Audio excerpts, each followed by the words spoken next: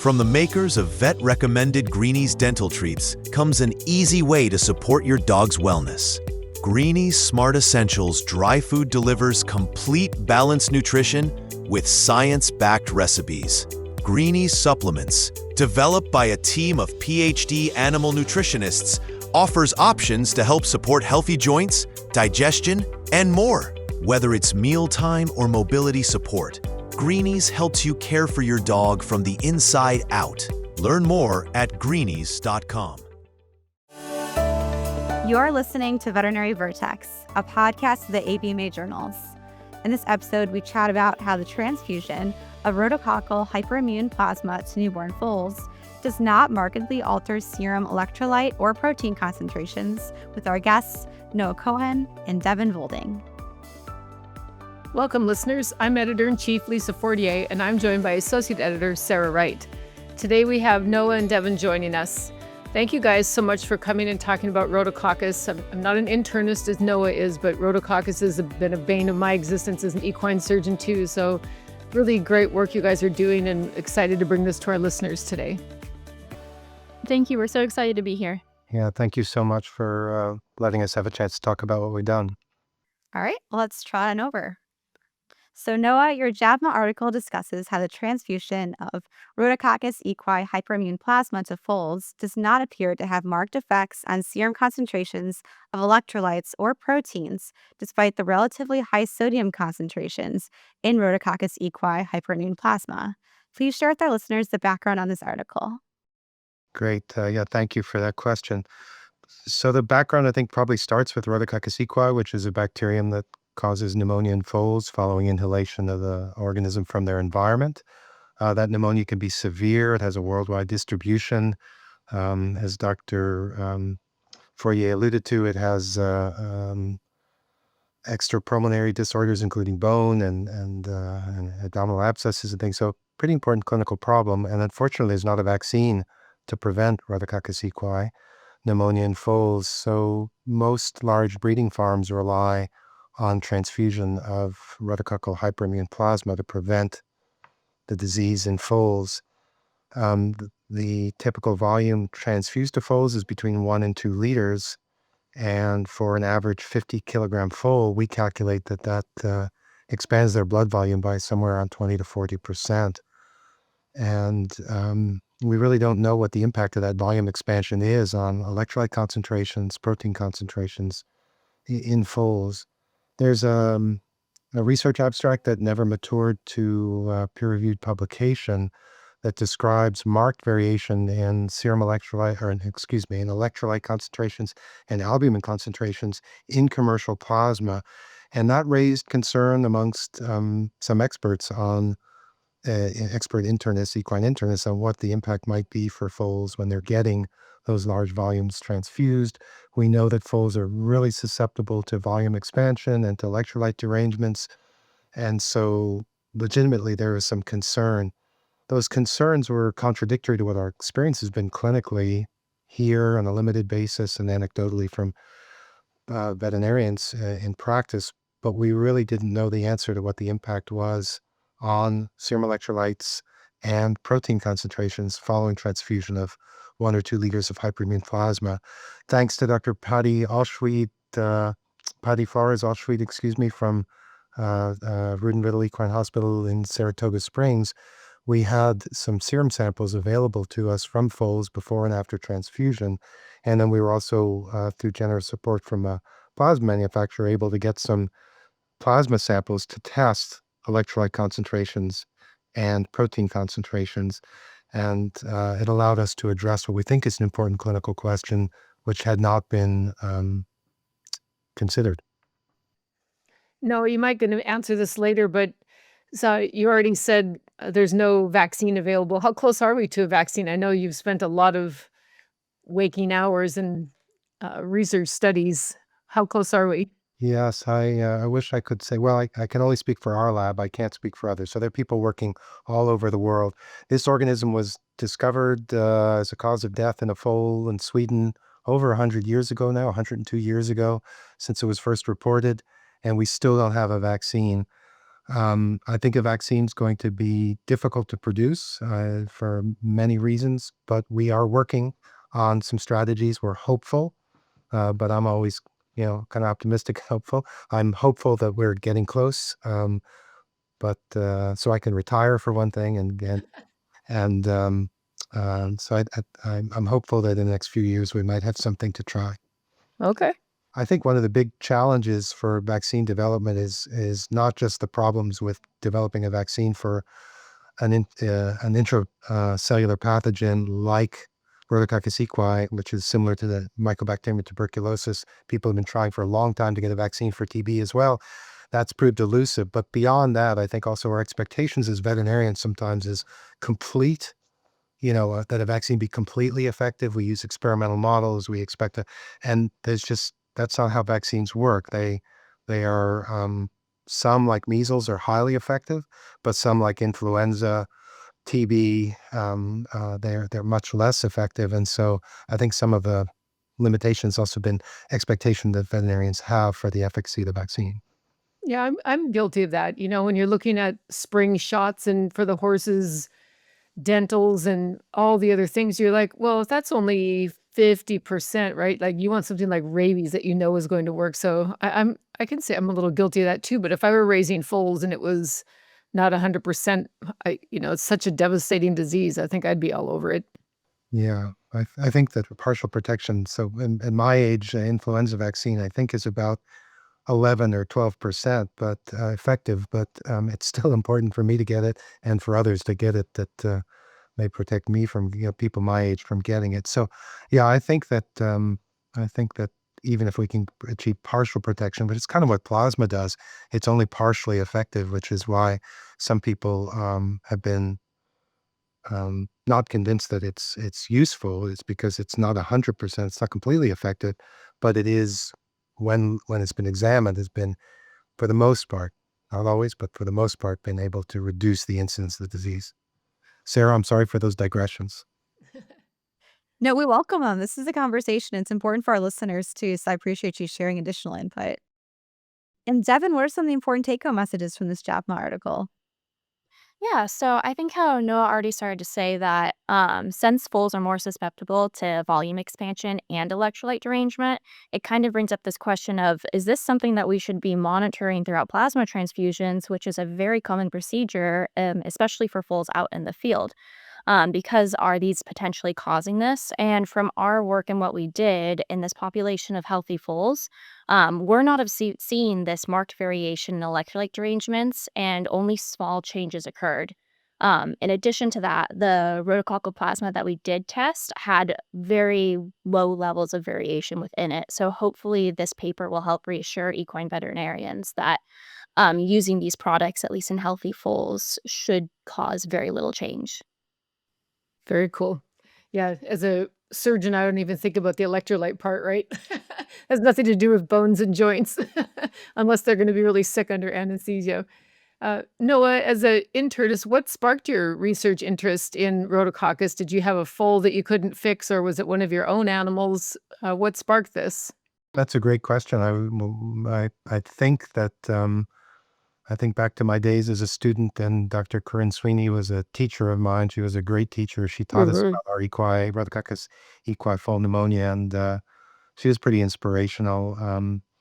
But I saw lots of cases when I was in practice. I saw cases here. And then really, I think what sparked my interest in pursuing research was Dr. Ron Martins, who was here at Texas A&M studying Rhodococcus equi, and his passion, his enthusiasm, his energy just sort of were pretty hard to resist and drew me into collaborating with him. And so that's probably where the interest comes from. Long-standing, but yeah, long-standing interest. You've contributed so much. Devyn, you said to Sarah earlier, what are the important take-home messages that maybe you don't need to be monitoring for these electrolytes? Don't be so afraid of it. But always when we do these studies, there's something that was like, I didn't expect that. What was something that was surprising from this article? Yeah, I don't think a ton was that surprising to either of us, as we kind of suspected that there would be very little change. But I will say, out of all the electrolytes and protein parameters that we tested, I would have expected sodium to have the most significant increase, since sodium citrate is used as its anticoagulant in these plasma products. And yes, there was statistically a significant increase in that. However, clinically, the magnitude of this effect was pretty small. Like, I believe our median for sodium increased only by 2 milliequivalents per liter, which is pretty small when you think about it in clinical practice. Well, it's very small given what Noah in the introductory statement, the volume expansion. Yeah, exactly. Yeah, although the volume expansion probably has a little bit of a dilutional effect on that sodium, is my guess. And then I I, I think that it is a nice example of the distinction between statistical and clinical significance, right? Or statistical significance and clinical importance. That yes, the increase was statistically significant, but looks to be clinically inconsequential. These are healthy foals, of course, but in healthy foals, it looks like this is safe and not something people need to be concerned about. Amen. The clinical effect is more important than the p-value. Yeah. We need a poster that says that in our office. So, Nora, what are the next steps for research in Rhodococcus equi? Ooh, that's tough. I'm going to answer from the perspective of a clinician scientist. I think if you asked a molecular microbiologist, they probably give you a different set of answers. But uh, there are a lot of things that need to be done. So, from a diagnostic perspective, right now, at most breeding farms, most veterinarians make a presumptive diagnosis of Rhodococcus pneumonia because we don't have a great non-invasive or simple diagnostic test. So I think there's room for improvement on the diagnostic end, and we're certainly working on that. Therapeutically, the macrolides that we use as the treatments of choice for Rhodococcus have some limitations. There are problems with resistance, macrolide rifampin resistance that's emerged and seems to be disseminating, as well as the fact that there are side effects of those macrolides that can be devastating to the foals. So alternative antimicrobials are much needed. um, Transfusing, this whole study started with the notion that transfusing a large volume of plasma is challenging, and we're working on some concepts for monoclonal antibodies as alternatives to plasma transfusion. But the golden ring, if you will, of Rhodococcus research is coming back to the question, do we have a vaccine, and working towards a vaccine.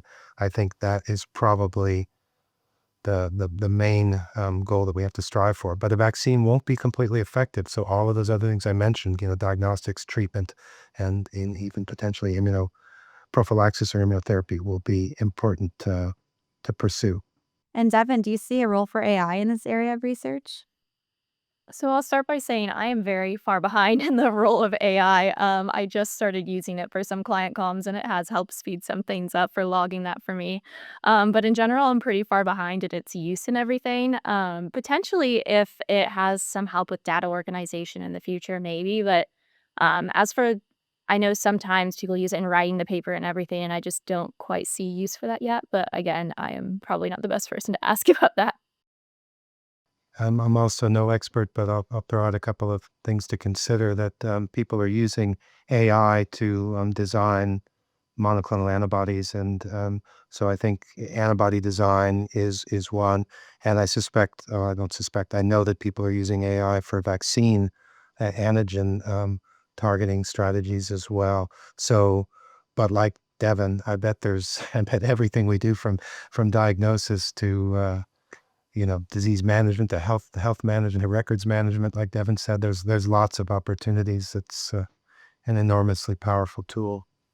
It's fascinating. I was just at an AI symposium at Cornell, and one of the guest speakers was talking about its use for remote in humans access to care. So they were having like technicians and other people go out and like in remote areas, if you don't have immediate access to care or underserved communities, pregnant women at risk, they don't know when their due date is. They don't know the fetal position if they're going to birth at home. So untrained ultrasonographers basically hold the ultrasound probe, and the machine learning algorithm tells you how to scan the abdomen, and then it comes back and says the baby's in this fetal position, your due date is this. Wow. Really amazing. Yeah, like real tangible things that can happen. It's crazy. Like you said, the things that we don't even think about how it can be used. Yep, exactly. Wow, that's so cool. And for those of you just joining us, we're discussing the effects of transfusion of Rhodococcus equi hyperimmune plasma on serum electrolyte and protein concentrations in neonatal foals with our guests Noah and Devynn. Noah, you've written hundreds of articles and book chapters, and have trained just as many people likely. What in your training helps you, and then how do you pass that on to other people to conceptualize a project, finish the project, and then get this article written and across the finish line? Oh, wow. Okay, that's yeah. So I'll start by past training. I was trained as an internist, which I think helps me to know the disease, understand the disease, ask the clinically relevant questions. My research training was in epidemiology, which helped me to think about population-based studies, to work with veterinarians in the field, and collaboratively, like Patty Flores Alschwit, to collect these data. And the other part of your question was about, well, how do you encourage people to do the work and finish the work? And I wish I had more opportunity. I wish I had opportunity to do more of that. I miss having more graduate students and more residents working with us. I'd love to have many more. And I think that's just a skill that I think people have to learn for themselves to get things done, to complete things. I try to model that. I'm not answering this query well, so good thing we can edit this. I think it's important to just role model that, to try and encourage people to finish, and to see the importance of not just presenting an abstract, or but to actually bring it to fruition so people can read it and assess for themselves. Um, I do try very hard to instill in trainees the importance of reading the literature and not accepting it at face value, but to be able to have skills with critical appraisal. I think if I could do one thing over in my career, I probably would have spent more time training people in critical appraisal than I've been able to. Now, Noah and Devin, this next set of questions is going to be really important for our listeners. And the first one is going to revolve around the veterinarian's perspective. So, Devin, what is one piece of information the veterinarian should know about Rhodococcus equi hyperimmune plasma transfusion? But yeah, so previous studies have already shown the beneficiary of the response of giving 2 liters instead of 1 liter of plasma. And I think it's important to veterinarians to know that despite claims of variability in these plasma sets, we tested 90 different samples of rhodococcal plasma, 30 from each year. And within these, we had very little variation between them. So I think that's super important for veterinarians to know going forward. And on the other side of the relationship, Noah, what's one thing clients should know about this topic? Yeah, I think for clients and farm managers, it's really important for them to know that transfusing foals with a volume of 2 liters doesn't appear to be unsafe. Safety is a complicated issue. There's nothing that we do in life that doesn't carry some risk, whether it's taking an Advil, driving in our car to work, transfusing a foal with plasma. There's always some risk to any process, but the risks appear to be low. The products appear to be safe, and they do appear to um, uh, protect foals against rhodococcal pneumonia. So I think it's really important that we're able to reassure clients who may have heard from their veterinarians that the practice may not be safe, that that's not the case. This could go on for days, and I'm looking forward to coming to visit Texas A&M, and we can talk more about epidemiology and critical appraisal of the literature and all these fun things that we pontificate on as we get a little bit on in our career. And as we come to a close here, we like to ask a little bit more of a personal question. So for you, Devin, first, if you could have a superpower, what would it be and why? Yeah. So if I had a superpower, I think I would absolutely choose teleportation, both for work life and personal life. Because for work life, that would be pretty nice to be able to just show up when an ER shows up. And especially if you don't get that 30-minute out call that you want and a 2 a.m. colic shows up, it'd be nice to just pop on over and not have that drive time. And then for personal life too, because I think as veterinarians, we all do have to give up being at lots of big events like weddings and various holidays because we are supposed to be here for the patients and everything. And it's something that we accept. But it would be pretty nice to be able to just teleport back to some of these events and be on call at the same time and still be here for our patients, of course. It's a good point. My oldest daughter is in medical school, and I was just saying to her about, so she's starting her 4th year medical school, and just saying to her, like, now you really don't have your life anymore, and you're going to have to start unfortunately, as you were saying, weddings and holidays. And yeah, medical professionals give up a lot, but it's worth it. All right, Noah. And we need to know how old you were and what was the first concert that you attended. I can't wait to hear this. My first concert was a band called Led Zeppelin. I don't know if you've heard of them. A little known rock band. It's pretty amazing. I got to see them in 1970 at the Spectrum with my friend from my friend's school named Ben Hicks, and he took me to that concert. It was amazing. That's amazing. I don't know anybody who's seen when they were, not this age of Led Zeppelin. That's really cool. It was pretty Epic. It was yeah. What was the cool word then? What was the cool word then? Well, that's a good question. Probably cool. Yeah. Cool was cool. Oh gosh, yeah, I'm blanking on it now. It was the thing that that's in that Simon and Garfunkel song that people laugh about. Oh, groovy, groovy, groovy, groovy was groovy was still big, I and I still say groovy all the time. I even put it in emails, and now like Sarah sometimes is like groovy. I there can you attest go. that's true. Yeah. Yep. AC/DC was just in Chicago this weekend. It's like, oh, I did not go, but heard good things. Yeah. Yeah. Well, thank you so much, Noah and Devynn, for being here today and for sharing your manuscript too with JAPMA. Thank you Thanks for so having us. much for having us. Yeah. Thank you. And to our listeners, you can read Noah and Devynn's article in JAPMA. I'm Sarah Wright with Lisa Fortier. Be on the lookout for next week's episode, and don't forget to leave us a rating and review on Apple Podcasts or whatever platform you listen to.